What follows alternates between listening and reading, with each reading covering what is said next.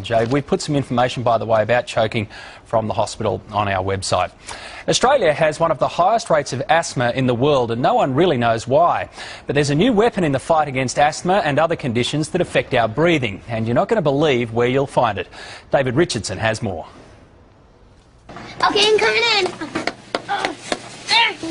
They call it the ultimate sandpit, but these kids aren't here to play. They're here for their health. It's good fun for them. Kids can sit here and just play, as well as getting the treatment. It might look like sand or snow, but Jasmine is playing in salt. 3 tons of it.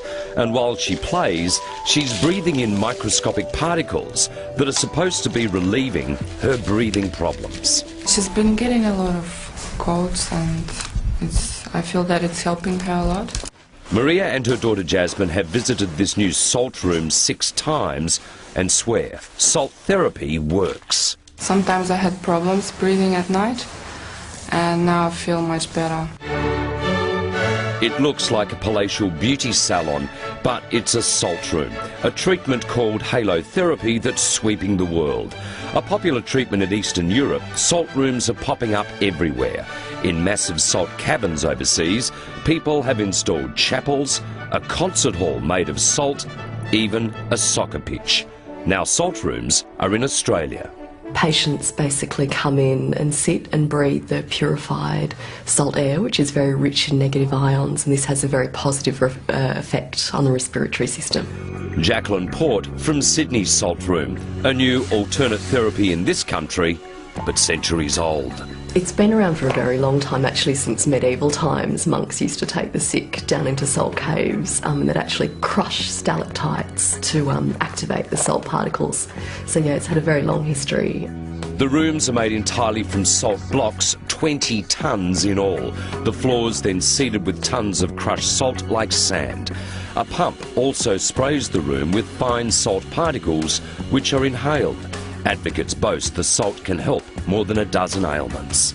Asthma, bronchitis, hay fever. It's even actually been clinically tested for cystic fibrosis. It's had a very positive effect.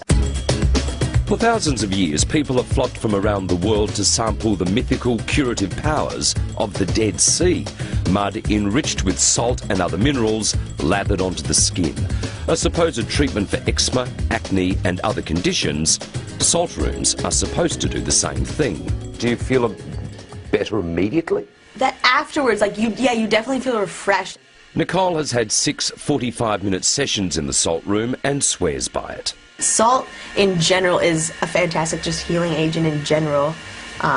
So why not? You're convinced? Use? Yeah, absolutely. People are very interested in complementary therapies, and there are lots of them, and what we need to do is find out which ones of them work and then put them into our treatment armamentarium. Dr. Christine Jenkins has studied asthma and lung disorders for most of her life. She's not convinced salt rooms work yet. Would you like to see salt room clinical trials in this country? I think we always need clinical trials properly conducted and scientifically interpreted and analysed to determine whether treatments are effective. There's an enormous amount of wasted energy and money that can go into the wrong therapy, and it can be very dangerous into the bargain. For Australia's 2 million asthma sufferers, mostly children, the trusty inhaler is the only help. But with salt rooms taking off around the world and now here, doctors are urging patients not to abandon their regular treatments, but use salt rooms as an additional help. Seeking alternative therapies ahead of proven approaches to asthma management is not a wise idea. There is no substitute for a regular preventer medication, none at all. Coming up, a crash course, What, you don't understand the road rules? putting bus and taxi drivers to the test. I was in the cab and I care about my safety. So, are they up to scratch? You're not going to kill us, are you?